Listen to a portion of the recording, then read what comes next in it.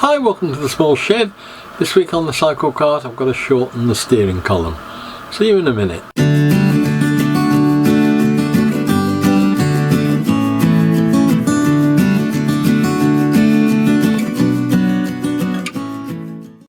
Now, in amongst all the chaos that is the Cyclekart at the moment, with body panels getting finished and all sorts of other stuff going on with electrics and brakes and things like that, there's one thing that I must address which I haven't as yet, and that I'm fully aware that I need to, and that is the steering column. As a result of that messing around at the far end to get that right, it meant that this thing is sticking out too far. The steering wheel as it stands is probably about 2 inches too far out, and it compromises the driving position, compromises the feel of the thing when you're trying to steer it. It's too close to your chest, so I need to do something about it. And there were two options. The first was to just take it along to where I had the original welding work done for the front axles and bits and pieces for me, because I don't weld and I don't want to start, and get it cut and re-welded, which isn't a big job, but it would have meant I'd been without the steering column for a bit. And the way these things tend to work is that I'd have said I want it 2 inches shorter, and would have then found that it was either half an inch too long or half an inch too short. So I thought, is there another way I can do this sensibly and safely? And I think there is. This tube is 19.1 millimeter. It's 3/4 outside diameter. And I was looking up the other day to find out it's 19.1 mil, but it's, as I say, 3/4 16 SWG, standard wire gauge. And that gave me, when I started to look it up, a size for the inside diameter, which I'd got a pretty good idea about. I tried in the ratchet off my ratchet spanner, and although it wouldn't go in, the end of it would go in, and that end is actually the same, pretty much the same diameter as that. So it's really close as to how far and well that would go in there.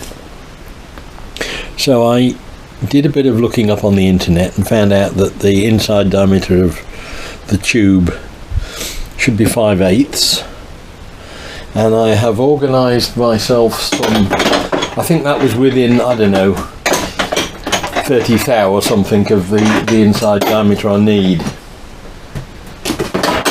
So I've organised myself a 6-inch slug of steel. It's not stainless, I don't think.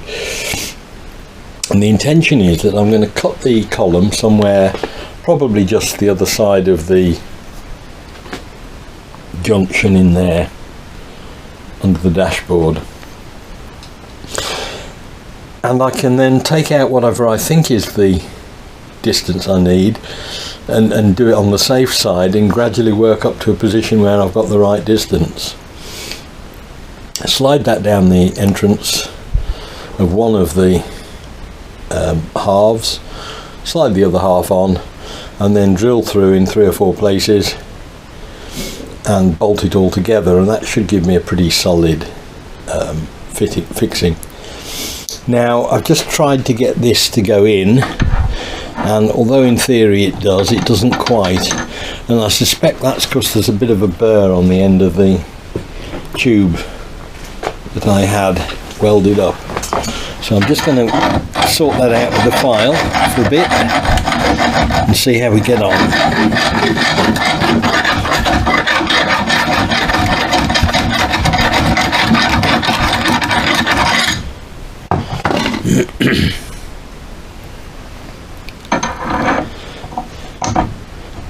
Right, now that is now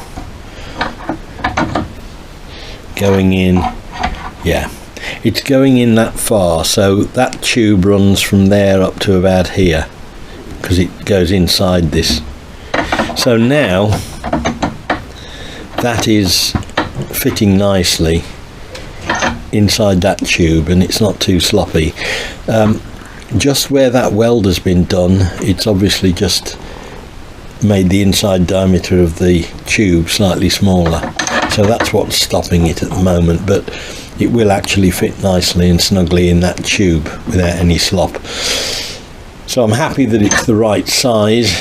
I don't have to do any turning at all.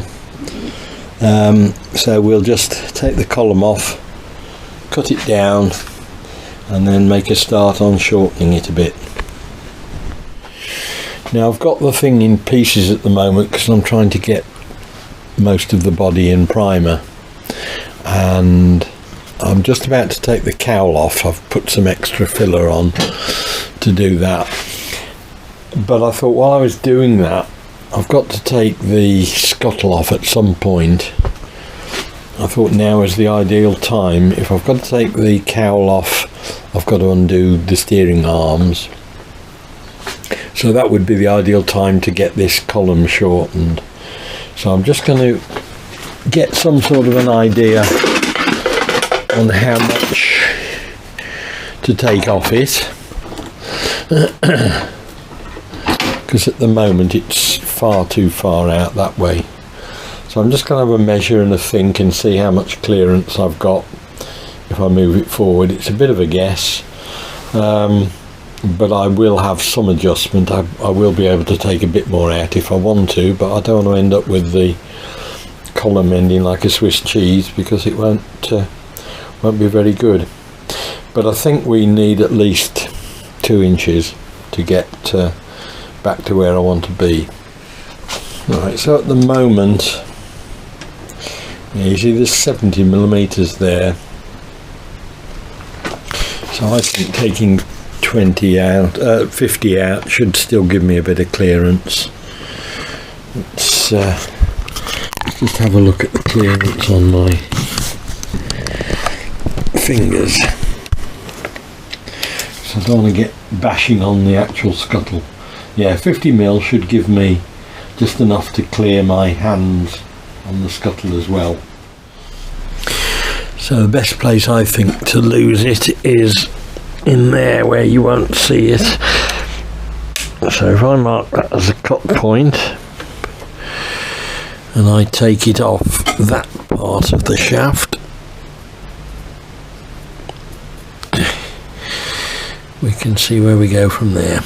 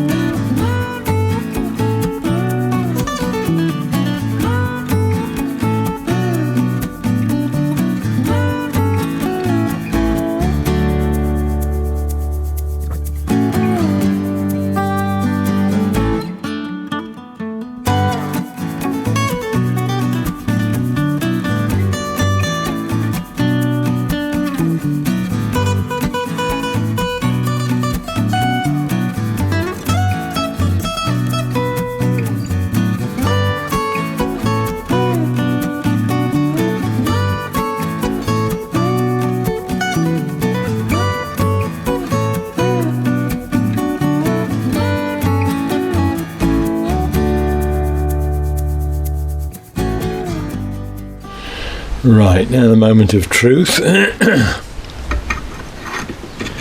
Yeah, that fits in nicely now. That will just tap in exactly right and there's no slop in it, so I'm really happy with that. So if I can cut the other half, take the 2 inches out, push them back together so they're touching with that mid-centered on the gap, I can then drill through on both sides and put a couple of bolts through, and we should have something that's substantial enough but could be altered if I needed to.